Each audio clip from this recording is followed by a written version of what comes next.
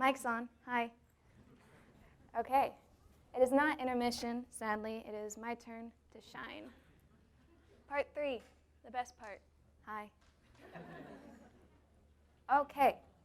Now, today my speech deals with the topics of anxiety and depression and my experiences with them.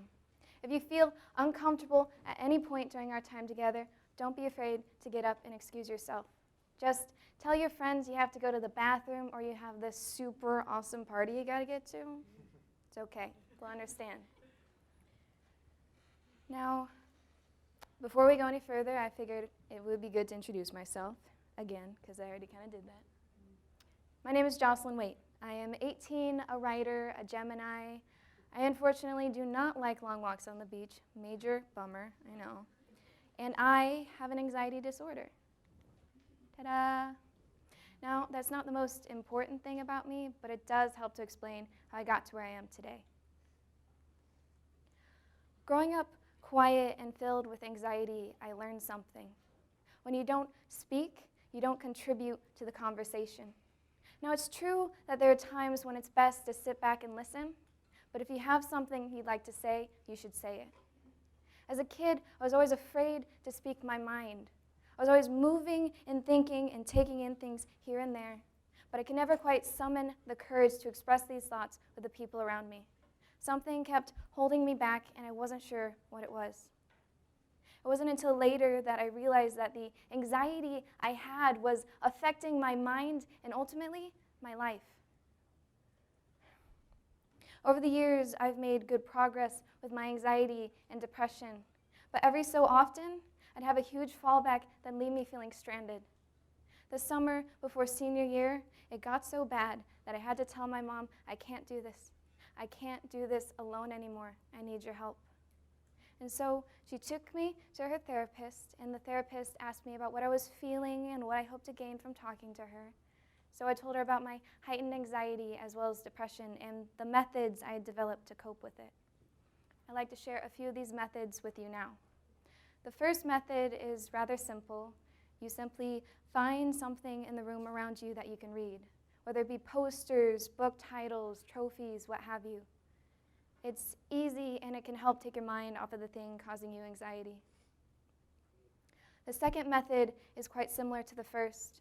You simply count in your head until your anxiety calms down, like counting sheep before you go to sleep. The final method is my favorite one. It's the one I use most often. It's a breathing exercise. You breathe in for 4 seconds, you breathe out for 4 seconds. You breathe in for 8 seconds, and you breathe out for 8 seconds. This restarts and calms the mind. After the therapist had heard about what I was going through and the methods I used to cope, she felt like I was grounded and smart and should talk to my doctor about taking it a step further. Today, I take anxiety medicine every night. I try to exercise regularly, and I constantly push myself to try new things. That's the routine that works best for me, but honestly, everyone's different. As long as you have someone you can open up to without fear of judgment, like a friend, a family member, or an unbiased third party like a therapist, you will be ultimately way better off than suffering through your mental illness alone. Because your illness doesn't have to be something you suffer through, but rather just something you live with. Now, as we all know, anxiety is experienced in different ways depending on who has it. For the majority of us, it's experienced in small ways, like in the form of butterflies when you ask someone out, or that nausea you feel when your boss calls you out on something wrong you've done. For most of us, it doesn't extend far beyond that, but for some of us, it does extend beyond that, and ultimately, it can affect our day-to-day lives. Anxiety can come in the form of obsession, intense phobias, a constant panic after a traumatic event, and many more variations. It's not really something you can pin down as one thing or another. My anxiety comes in the form of a general panic, primarily in social situations. My doctor diagnosed this as generalized anxiety disorder. Generalized anxiety disorder is the persistent, excessive, and unrealistic worry about everyday things. To the general public, this simply sounds like a person who worries too much. A negative Nancy, if you will. But to me, Anxiety is more than that. Anxiety is the inability to go to sleep because you're sure there's someone in the room with you. It's when you drive on the highway and you can't help but think of all the different ways you might die. Anxiety is the inability to share your thoughts and worries with the people you love because you're afraid they'll think you're crazy or unstable. When I was a kid, I didn't understand my anxiety, and I didn't tell others about what I was feeling. I was so focused on trying to, quote, fix it on my own that I didn't even consider that there might be other people out there who felt the same way I did. Or that, even better, there might be someone out there who could explain that what I was feeling wasn't crazy at all. But instead, I kept a closed mind and I dug myself into a hole I couldn't escape from. Constantly, I was panicking over things I couldn't control because of my anxiety. It got to the point where it was painful to be self-aware because I was so ashamed of the things my anxiety drove me to do. In a fit of desperation, I tried to separate myself from my emotions, hoping as a result I would separate myself from my anxiety. This worked about as well as you can imagine. In the end, my anxiety didn't disappear. It doubled, if not tripled, and maybe some of the emotions I felt were gone, but the ones I did feel were fear, sadness, and loneliness. With all of the stigma surrounding mental illness, many people, children especially, are afraid to let others know about the mental illness that they have. They decide to suffer through it alone, figuring they're doing their loved ones a favor. If they don't know about it, they can't worry about it. If they don't know about it, they can't tell me that what I'm feeling isn't real. If they don't know about it, it's almost like it isn't real. The problem, though, is that it's very real. Mental illness doesn't simply go away with time. It's something you work on and grow accustomed to. It's also not something you should go through alone. Stop thinking about all those if they don't know reasons and start thinking about what would happen if your loved ones did know. If they know about it, they can help you through the rough patches. If they know about it, they can affirm that what you're feeling is real and be there to comfort you when you need it. If they know about it, you won't have to carry the weight of your mental illness alone anymore. It'll begin to feel less like a burden and more like a part of who you are.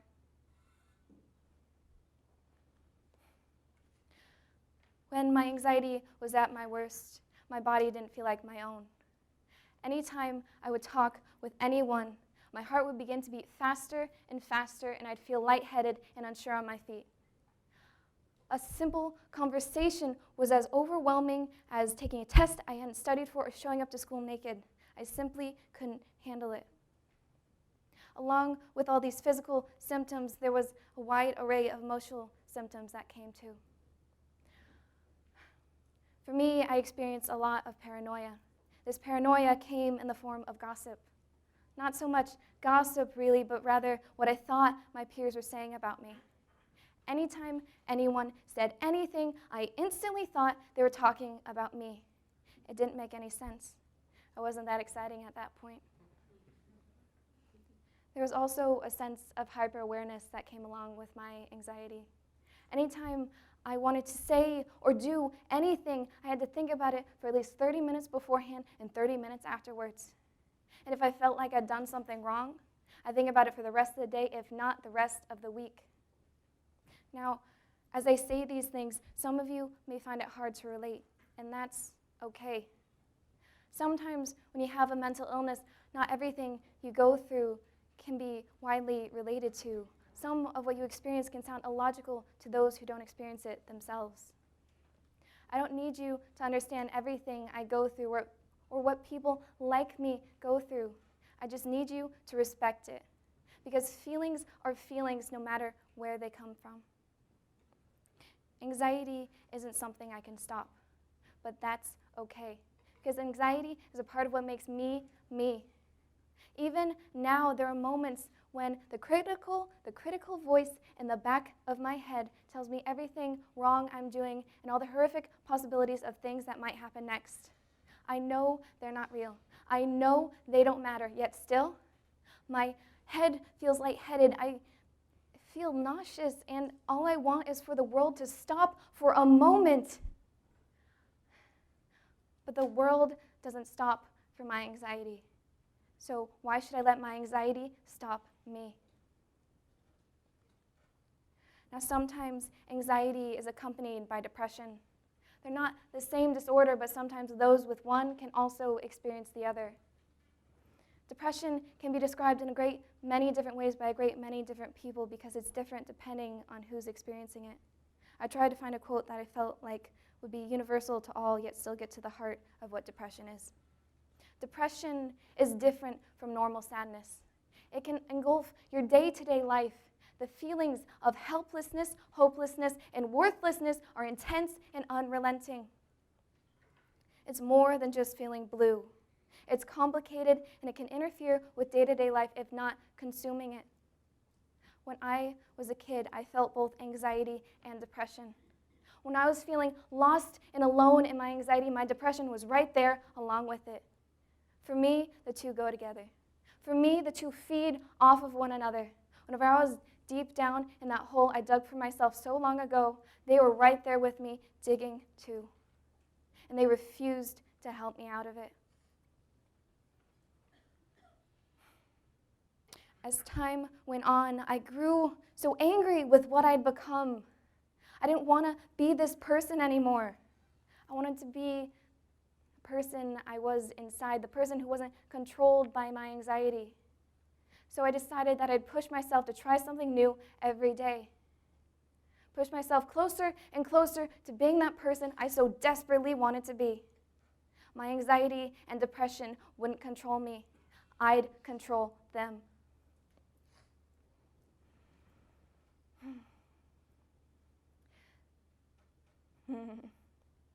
Gotta control my memory right now. See, I'd control my anxiety and depression, got that. I'd control my speech, no, don't check there. Okay. As time went on, I was able to see how far I'd come since I started this mission for myself, knowing that every day I was getting closer and closer to being a girl who didn't let her fears define her. And even on the bad days when I really hated who I was at that moment, all I would have to do is look back on how I used to be, how sad and alone I used to feel, and know that every day I was fighting to make that horrible dream a distant, distant dream. Whenever I became more comfortable with myself and I started to branch out, I participated in a lot of drama things, whether it be through writing or acting. This gave me a lot of confidence and a sense of community I hadn't felt in a really long time. After all those years of feeling like I could never accomplish anything because of my anxiety, and finally, I found somewhere that I belonged. Senior year, I accepted the Best Playwriting Award to a standing ovation from my peers. Finally, that little voice in the back of my head who's always criticizing me and telling me everything I'm doing wrong was put on hold for a moment. And I really got to revel in this idea that I could do something with this passion I loved so much. That night, I drove home feeling the happiest I'd felt in a really long time. Writing has always been a big part of who I am. Whether I actively go out and write or I let something else take the main focus for a while, it's always there. Ideas and jokes are always running through my head, whether it be really dumb jokes and out-of-context quotes and late-night ideas. It makes the Notes app on my iPhone a living nightmare. But I love it. Writing has always been a second nature to me, and it's how I express myself. When I was at my worst, I wrote less. I feel so stupid now looking back on it because I know if I had written more, I would have felt a lot better. But instead, I thought it was better to keep my emotions bundled up inside, ignoring them, thinking that they'd go away with time. It was toxic, and in the end, I felt like I was being torn apart from the inside out. It wasn't until I confronted my emotions, my sadness, my fear, my anger, all of them, and really confronted them, that ultimately I felt more at peace and I had more control over my emotions in the long run. At the age of 18, I can confidently say that I am happy. Yet it pains me that it took so long for me to get here. Every day when I was younger, I would despair at who I'd become. This shell who people ignored, this person who wasn't even sure she was a person anymore because she couldn't communicate with those around her. To be honest, I've never been great at communicating how I feel to others, and I don't know if I ever will be. I've definitely gotten better over the years. I'm not emotionally constipated anymore like my friend Mnet once said I was. Instead, I'm more aware and honest. Yet, it wasn't until I was writing this speech that I realized all the pent-up aggression I still had for my anxiety. I was talking to my best friend Liz/life coach about it, and she also has, yeah, it's a cute picture. And she also has anxiety and depression. She was actually the one who pointed out the vibe my speech was giving off and how it was unclear how I felt about anxiety now. And I told her that I honestly didn't know. I'd like to say I've made peace with my anxiety because for the most part I have. It's just when I look back on this time when my anxiety was at its worst, it brings up a lot of negative feelings and that transfers over into the writing. Anxiety is definitely something I still struggle with. When I told Liz this, she said it's something that she struggles with too. I do too, she said, in reference to having panic attacks and general anxiety. And I also have obsessive tendencies, but it's just another part of life for me. Like how my sister can never find jeans that fit her. I just always have to keep the volume at an even number and check to see that my car's locked in between each class. Thought it was nice to hear about anxiety from someone else who had it. I thought it was funny how plainly she drew anxiety, simply comparing it to her sister's inability to find jeans. But that was just how she saw it, as another part of life. I'm not quite there yet, but I'm working every day to accept my anxiety and accept who I am. As time went on and I slowly began to accept my anxiety more, this allowed my head more space to be lent to other things. About a year or two ago, I was able to identify what my own anxiety pushed me to do. This helped me identify how anxiety manifests itself in others. All the averted gaze, the crossed arms, the twitching, the general closed offness, it was clear and somehow uplifting. I'm not the only one who struggles with this, and maybe I can help other people who struggle. Let them know that they're not alone. Because in the end, I think the best thing we can do for ourselves is to move past these preconceived notions in our head of how the world should be and to start accepting it for how it actually is. If you need a hand, I'm offering mine.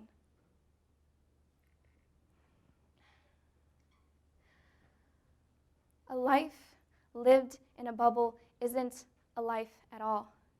If we let ourselves be protected from all the things that scare us, yes, we may prevent our fears from coming true, but we also prevent our dreams from ever becoming a reality. That is no way to live a life.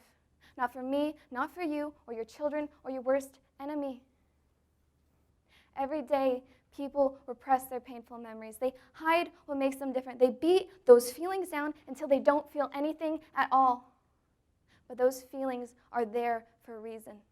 They're what set you apart from the group. Only once we actually confront our emotions and understand where they're coming from, can we better understand ourselves. And once we better understand ourselves, we can better understand the world around us. Because tomorrow is coming, and it's gonna be great. You just have to let it. Thank you.